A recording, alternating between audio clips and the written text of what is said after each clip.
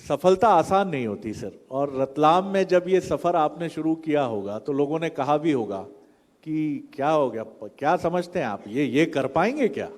बिल्कुल नहीं होगा, किसी भी तरह से नहीं होगा।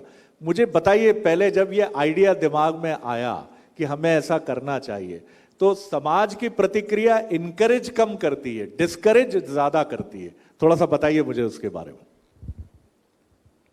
सबसे पहले तो मैं आपको धन्यवाद देना चाहता हूं इस चैनल को कि हमें इस लायक समझा। भाई आपकी विनम्रता के लिए। दूसरी बात, आपने जो प्रश्न किया है कि आपने जो नया आयाम सोचा, इसके पीछे हमारे साथ मेरे साथीदार थे अंबाराम जी। उनका दिमाग खेती में बहुत तेज था, पूरे मध्य प्रदेश में कहना चाहिए वो कृषि के जनक और गुरु भी थे, और मेरा उनका सदैव साथ था। तो जब अंगूर रतलाम में हम लाए, सोचा भी नहीं था किसी ने कि अंगूर रतलाम में भी हो सकता है, मध्य प्रदेश में। पहली बार अंगूर हम लाए तो पहली फसल हमारी सन 84 में आ चुकी थी। उसके पहले 76-77 से हमने महाराष्ट्र के चक्कर काटने चालू किए। अंगूर की फसल 84 में सफलतापूर्वक हुई, शासन के पास गए। क्या पूरे मालवा में पहली बार मध्य प्रदेश में पहली बार रतलाम में, और वो भी तितरी में। मध्य प्रदेश में कहीं भी अंगूर नहीं था। और जो आप बता रहे थे, ये बात अगले चैप्टर में आएगी कि वाइन के बारे में क्या सोचा और समाज ने क्या कहा हमें। तो अंगूर की फसल हमने चालू करी और सन 84 में पहली फसल आई। तब भी हमें उस फसल को तैयार करने में बहुत आर्थिक परेशानी थी। उस समय बहुत महंगाई तो थी, अंगूर सस्ते बिक रहे थे, पर हमारे लिए वो एक नई फसल थी, किसानों के लिए नया आयाम था। लेकिन ये अंगूर खट्टे नहीं थे। अंगूर खट्टे नहीं थे।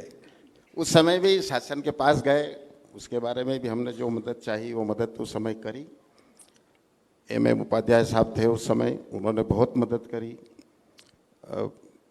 डिस्ट्रिक्ट लेवल पे आयोजन, कृषि आयोजन किए। उसके बाद में ये अंगूर का सिलसिला चला। और उसके बाद में जब सन 2001 में वाइन पॉलिसी इंडिया में आई, 2001 में अंगूर से वाइन पॉलिसी 2001 में इंडिया में आई, और वो सबसे पहले अंगूर से वाइन महाराष्ट्र में बनाया उन्हीं लोगों ने जिन लोगों से हम अंगूर की खेती सीख कर आए थे। तो हमारा संपर्क वहाँ पुराना था, हम भी वहाँ हमारा जाना आना आज भी चालू है, तब से आज तक सतत। तो जब उन्होंने अंगूर से वाइन बनाना चालू किया, और हमारा अंगूर का सन 2000 में यह आखिरी लास्ट हो गया था, बारिश कम हुई थी 95 से 2000 तक। अंगूर के सारे बगीचे रतलाम में कट चुके थे, खाने वाले अंगूर के। और आज की तारीख में सिर्फ खाने वाले अंगूर हमारे गांव में एक परिवार करता है, सिर्फ 4 घर में है, बाकी सब हमारे, सब जितने हम पार्टनर हैं वाइनरी में, हमारे पास वाइन के अंगूर है। और ये सिलसिला चला बाद में,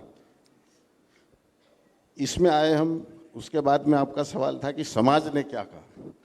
पाटीदार समाज और वाइन बहुत विरोधाभास है। वाइन एक अंग्रेजी शब्द है और वाइन को सब समझते नहीं है। मैं समझता हूँ हमें समझाने के लिए वाइन के बारे में प्रदेश को समझाने में 10 साल लगे।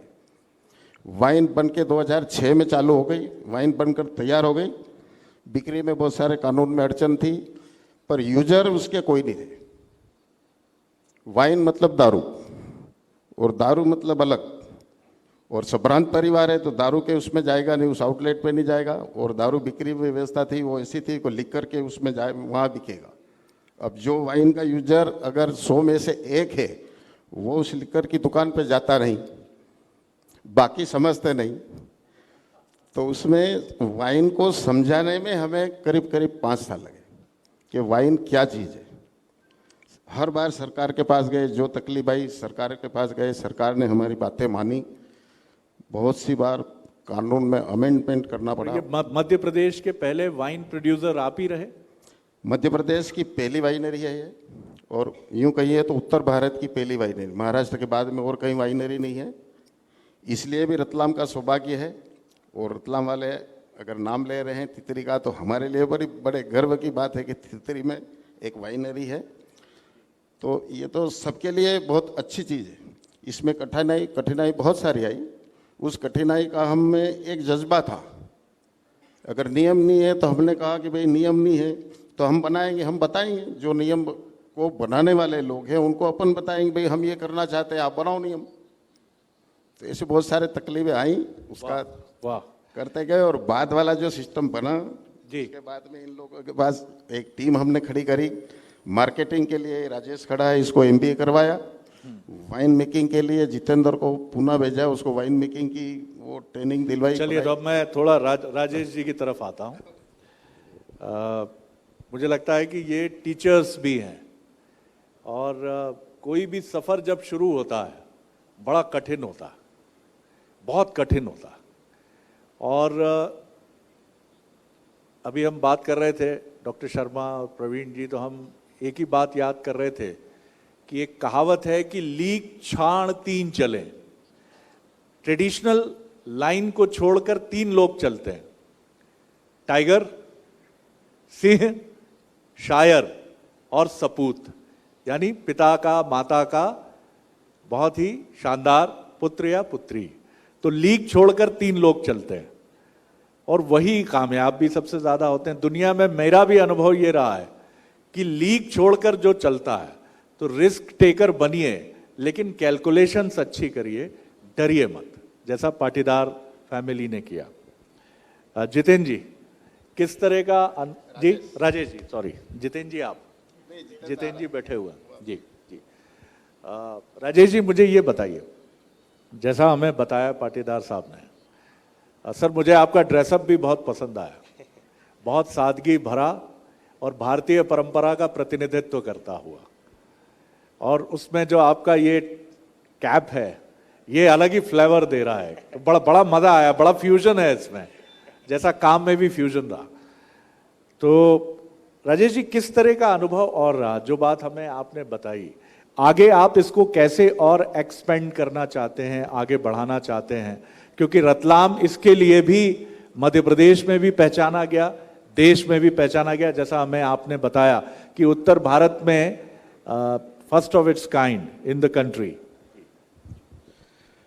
देखिए वाइन इंडस्ट्री का जो एवोल्यूशन मध्य प्रदेश में हुआ, ये काफ़ी टफ सिचुएशन थी बैक इन 2008, जब 2008 में 2006 में जब पॉलिसी बनी और हम लोगों ने प्रोडक्शन किया। तो उस समय वाइन शब्द बड़ा अनजाना था, मतलब कंज्यूमर्स के लिए भी और गवर्नमेंट के लिए भी, और हम चूँकि हम तो खेतों किसानों से निकले हुए थे, तो ये समझा पाना कंज्यूमर के लिए कि वाइन और लिकर इन दोनों में जो डिफरेंस होता है ये बड़ा कॉम्प्लिकेटिंग टास्क था। क्योंकि क्या कि वाइन इंडस्ट्री पूरे राउंड द वर्ल्ड जो है वो एक अलग इंडस्ट्री है, वो उसको लिकर इंडस्ट्री से हटा करके मानते हैं। लेकिन अभी तक की जो एक्साइज पॉलिसीज रही थी उस समय तक की, उसमें वाइन और लिकर इंडस्ट्रीज को जो है वो एक ही डिपार्टमेंट रूल करता था, और उसके अकॉर्डिंग जो रूल्स थे उसमें ये था कि आप इसको ओपनली कम्युनिकेट नहीं कर सकते हैं, आप बता नहीं सकते कि वाइन क्या होती है, ये आप कैसे कंज्यूमर को समझाएंगे। जब तक हम हमारे प्रोडक्ट के ऊपर या किसी एक नए कंसेप्ट के ऊपर बात नहीं करेंगे तो समझाएंगे कैसे कंज्यूमर्स को। तो उसको लेकर के बहुत बड़ी दिक्कत थी पॉलिसी में, जो चूंकि एक जैसा आपने बताया कि अच्छा काम करते हैं तो अच्छे लोग मिलते हैं, अच्छे अधिकारी मिलते हैं और शासन बात सुनता है। तो यही चीज़ें हमारे साथ में हुई, हम हमारी समस्याएं लेकर के शासन के पास में गए, क्योंकि हम लोग किसान परिवार थे, शुरू से हम लोग 17-18 किसान जुड़े हुए हैं और साथ में बहुत सारे डायरेक्ट इनडायरेक्ट रूप से बहुत सारे किसान जुड़े। और शुरू से जब जैसे दादा बता रहे थे कि हमारे जो ग्रैंडफादर रहे अंबाराम जी पाटीदार और दादा और सब लोगों ने मिलकर के 1980, जब मेरा तो बर्थ भी नहीं हुआ था, उस समय से हमारे यहाँ खेती को लेकर के नए प्रयोग हमेशा चलते हैं। कभी अंगूर की फसल लेकर के आए, अंगूर एक नया क्रांतिकारी बदलाव रतलाम के लिए रहा, स्ट्रॉबेरीज आई, अनार आया और बहुत सारी चीज़ें। इसी तरह से एक जज्बा था कि किसानों की चीज़ों को लेकर के आगे बढ़ना है तो बढ़ाना है। उस चीज़ों को लेकर के वाइनरी का जब एस्टेब्लिशमेंट हुआ, मार्केटिंग का समस्या है, तो जब शासन के पास में गए तो शासन ने हमारी वास्तविक समस्याओं को सुना और उसको लेकर के, क्योंकि क्या है वाइन एक सुनने में ऐसा लगता है कि वाइन शराब जो जनरली हमारे टेंडेंसी होता है, लेकिन वो एक लाइफ स्टाइल प्रोडक्ट था, है ना। वो एक हेल्थ प्रोडक्ट है जिसको राउंड द वर्ल्ड लोग फैमिलीज के साथ में कंज्यूम करना चाहते थे, लेकिन हमारे यहाँ उसकी फिलोसॉफी अलग तरीके की थी। तो ऐसी एक आइडेंटिटी बनाना कि वाइन जो होता है वो शराब नहीं है, तो उसके लिए ये बहुत जरूरी था कि वो शराब की दुकानों से हट करके बिके। वो अगर वही प्रोडक्ट अगर केवल लिकर की शॉप्स के अंदर बिकेगा तो कभी उसकी एक अलग आइडेंटिटी बन ही नहीं सकती थी। तो उसके लिए हम लोगों ने प्रयास चालू किए। 2010 में शासन ने पहला आउटलेट दिया, फिर 2011 में और आउटलेट्स बढ़े, फिर 2012-13 में और अमेंडमेंट्स आए। इस तरह से जब से पॉलिसी इंसेप्ट हुई उसके बारे में कम से कम 12-15 बार पॉलिसी को लेकर अमेंडमेंट हुए और शासन ने बात को सुना, क्योंकि बात किसान कह रहे थे। तो उन्होंने उन चीज़ों को सुना, समझा और जो पॉलिसी हमें रिटेल आउटलेट का एक्सक्लूसिव नेटवर्क के दिया, जिसमें हम लोग जो थे हमारे प्रोडक्ट्स को हम लोग मार्केट में आउटलेट्स के थ्रू सेल करते थे। अब प्रोडक्ट सेल करना नहीं था, एक्चुअली प्रोडक्ट सेल के साथ में हमें कंज्यूमर को समझना और उनको समझाना, ये बड़ा टास्क था कि कंज्यूमर को अवेयर करना, क्योंकि अभी तक लोग ये नहीं समझते थे। तो उनको वाइन को लेकर के एजुकेशन देना, वाइन को लेकर के अवेयर करना, प्रोडक्ट डिफरेंस करना कि भाई वाइन पीने से ये फायदे होते हैं या शराब के इस तरह का एक अल्टरनेट हो सकता है, ये इस तरह से पीना चाहिए, इस तरह से खाना चाहिए, ये सारी चीज़ों को लेकर के कंज्यूमर समझ, क्योंकि वाइन का जो कंज्यूमर है वो एक इलाइट क्लास कंज्यूमर है। तो वो कंज्यूमर कभी भी ठेकों पर के जाना पसंद नहीं करता था, शराब की दुकानों पर जो सो कॉल्ड अपने लेकर ट्रेडिशनल शॉप्स रहती थी। तो उनके लिए एक ऐसा आउटलेट, एक ऐसा एटमॉस्फेयर देना जहां पर फ्रीली कंज्यूमर आ सके, समझ सके, समझा सके, हम उनकी बात समझ सके और हम उनके कंजम्पशन का जो पैटर्न है उसको समझा सके। ये दोनों चीज़ों को लेकर के चले तो इसमें अब अच्छे द्वार खुले और आने वाले समय में हम और सरकार से भी बहुत सारी चीज़ों को लेकर के लगे हुए, अगर वो डेवलपमेंट्स होते हैं तो बड़ा अच्छा भविष्य इसके अंदर हो सकता है। इसमें मैं आपकी तरफ आता हूँ। मैं अकेला ही चला था जानिबे मंजिल, मगर लोग साथ आते गए, कारवां बनता गया। हर शुरुआत ऐसी ही होती है।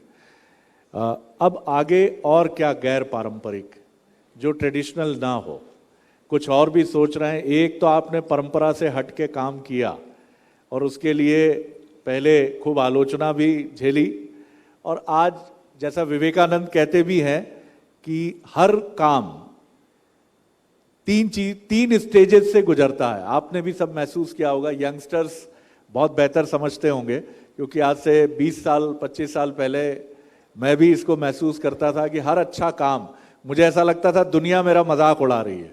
उपहास, विरोध और स्वीकृति, 3 चीजें हैं जिनके लिए कहा जाता है कि इनसे गुजरना अनिवार्य है। पहले मजाक उड़ेगा, फिर जब मजाक उड़ने के बाद भी आप चल रहे हैं उसी रास्ते पे तो विरोध होना शुरू होगा। आप समझ रहे होंगे, प्रवीण भाई भी बहुत अच्छे से इस बात को, फिर विरोध शुरू हो जाता है। And the third and the last stage is acceptance, जो बड़ी ही मधुर ध्वनि रखती है, स्वीकृति। सर, क्या नया गैर पारंपरिक अब करने जा रहे हैं रतलाम के लिए, अपने लिए, और क्योंकि अब तो आपको आदत भी हो गई है कुछ नया करने की? जी, निश्चित रूप से हम लोगों ने जो काम किया है अंगूर को लेकर के, जो सारी बातें आपने बताई, लेकिन हमारा उद्देश्य जो था वो, क्योंकि बहुत सारी सब्जियां और फल आज भी हम देश लेवल पे, भारत जैसे देश में 30 से 40%, 45% तक फल और सब्जियां खराब हो जाती है मार्केटिंग के अभाव में, ट्रांसपोर्टेशन के अभाव में। तो शुरू से हम लोगों ने यह सोचा था कि हमको अपनी उपज का प्रसंस्करण करना है, उसका वैल्यू एडिशन करना है। अब चूंकि हमारे पास अंगूर थे और अंगूर यहाँ से रतलाम में एक अपनी मध्य प्रदेश में अंगूर ने एक छाप छोड़ी थी और बहुत तेज़ी से अंगूर ख़त्म हो रहे थे, इसलिए हम सबसे पहले अंगूर प्रसंस्करण में गए। जबकि हमारे समाज के हिसाब से, हमारी सोच के हिसाब से हम अल्कोहल से या शराब से नफरत करने वाला हमारा समाज है। अब चूंकि एज ए किसान हमारी जो अंगूर की फसल यहाँ से जा रही थी उसको बचाने के लिए हम लोगों ने एक काम किया, लेकिन हम यहाँ नहीं रुक रहे हैं। जैसा आपने कहा, अभी रतलाम के अंदर अंगूर और वाइन के बाद में हम लोग एक अमरूद लेके आए। आपने मार्केट में देखा होगा कि 1 किलो का अमरूद, जिसकी साइज 1 किलो का है, और जनरली जो अमरूद हुआ करता था वो अमरूद की लाइफ जो होती थी 2 से 3 दिन में वो अमरूद पिलपिला होकर ख़राब हो जाता था। आज जो हम नया अमरूद लेके आए हैं वो अमरूद हार्वेस्टिंग के बाद में 15 से 20 दिन तक आप रख सकते हैं, और उसकी जो वैल्यू है, उसके जो न्यूट्रिशन वैल्यू है वो एप्पल से कई गुना ज़्यादा है। आज हम कोरोना की बात करते हैं, इम्यूनिटी की बात करते हैं, तो उसमें सबसे ज़्यादा विटामिन सी और बहुत सारे कंटेंट्स उसके अंदर हैं।